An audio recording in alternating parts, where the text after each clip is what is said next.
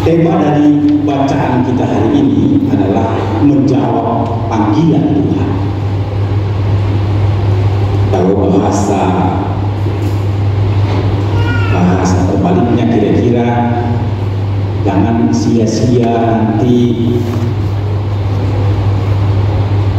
setelah dibaptis kita merasa aman. Ternyata dalam bacaan kedua tadi katanya sia-sia. Jangan kamu sia-sia menjadi percaya. Mungkin banyak kali kan ya. Sia-sia ini ya sia-sia datang ke gereja, sia-sia banyak berdoa, sia-sia ini. Kira-kira pesannya seperti itu, hati-hati. Tentu berhubungan dengan menjawab panggilan Tuhan.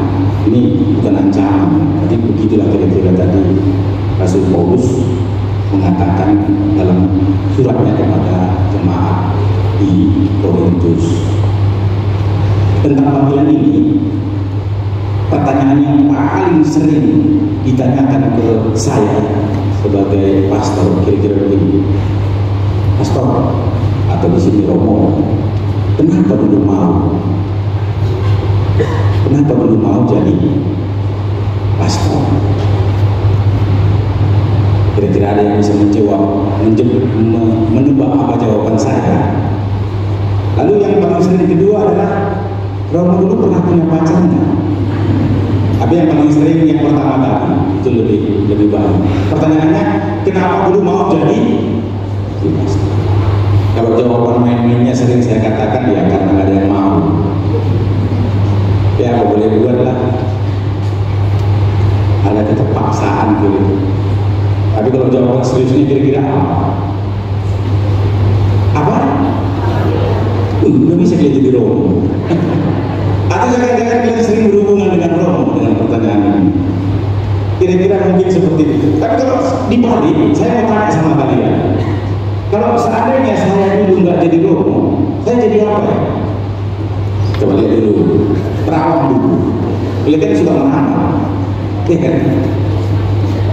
Kan sudah meramal kalian kan? Orang yang cemas, orang yang kira-kira sedih, orang-orang yang kira-kira sepertinya harapannya terputus itu kan orang suka meramal. Dia meramalkan ke depannya pun sudah tetap menderita, ke depannya pun sudah tetap tidak baik lagi. Kira-kira jadi apa dulu Romo? Jadi guru yang jelas ubur-ubur ikan lele di tengah ketemu lele. Saudara dan saudari terkasih, saya menarik bacaan ini karena masalah panggilan. Mungkin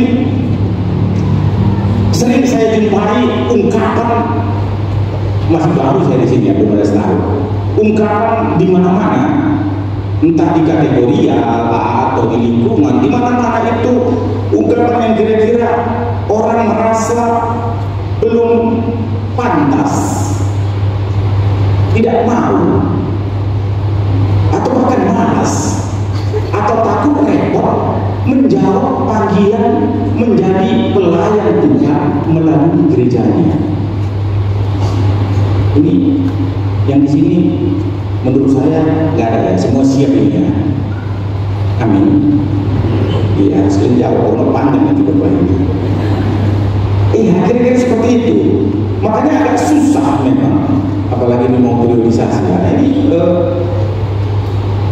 aktual sekali ya. Ada setiap lingkungan itu menembus 3 orang untuk ansos itu dari keuskupan supaya melihat, supaya efisien, supaya tepat sasaran lah. Kira-kira, wah, udah turun tangan pun Romonya nggak memenuhi kuota coba.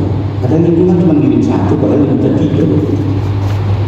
Berbanding terbalik, kalau kita ada di kampung itu, di kampung-kampung itu, orang kampung itu berdoa supaya dipilih.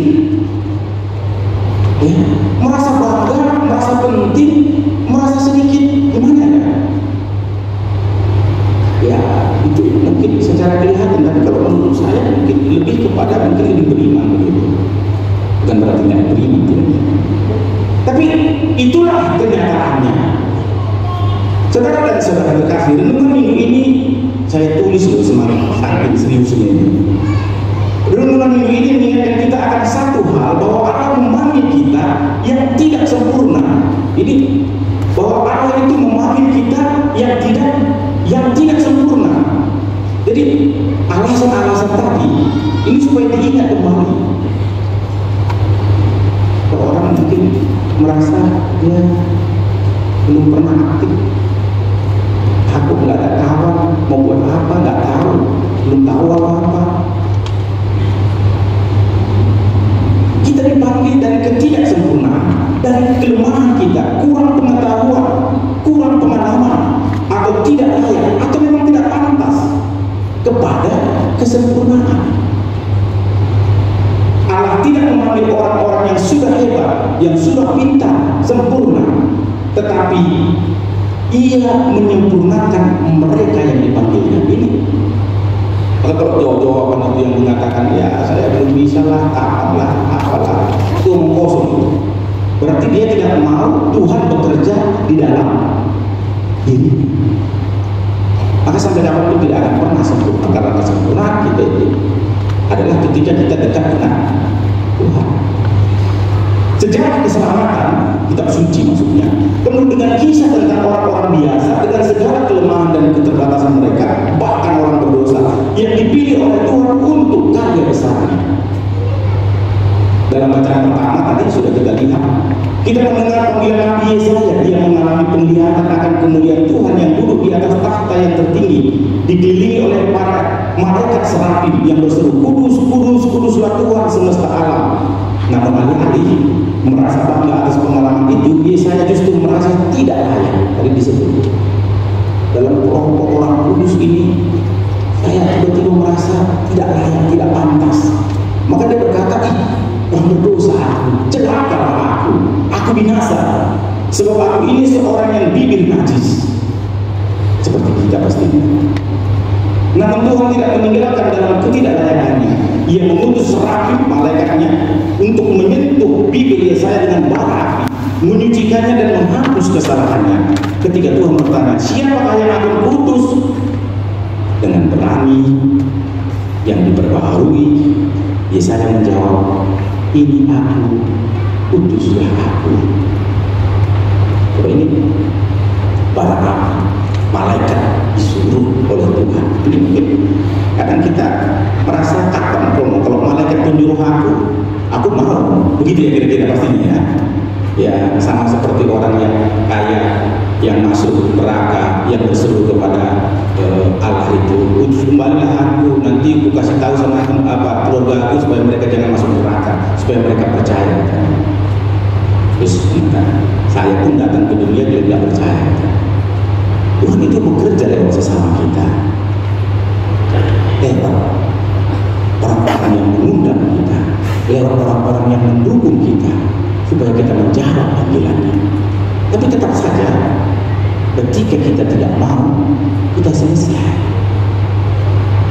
Pengalaman serupa juga terjadi dalam Injil hari ini. Simon Petrus, seorang nelayan yang telah bekerja semalaman tanpa hasil, dipanggil oleh Tuhan Yesus untuk melakukan sesuatu yang tampaknya tidak masuk akal.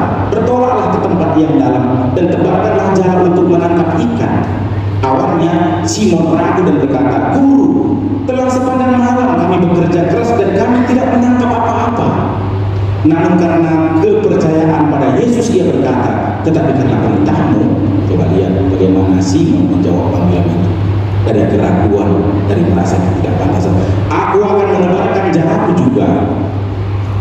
Hasilnya luar biasa.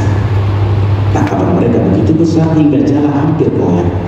Namun alih-alih merasa bangga, Simon sekali lagi seperti Yesaya justru tersungkur di hadapan Yesus dan berkata, Tuhan, pergilah daripadaku, karena aku ini seorang berdosa. Tetapi Yesus tidak pergi. Ia tidak memilih Simon karena kesempurnaan, karena kehebatan, karena kepintaran Simon, tetapi karena kesiapan hatinya untuk dibentuk dan diubah. Maka Yesus berkata, jangan takut, mulai sekarang engkau akan menjadi penjala manusia. Panggilan Tuhan kepada kita, jawaban ia sama dengan membiarkan Tuhan bekerja dalam diri kita, membiarkan Tuhan hidup dalam diri kita.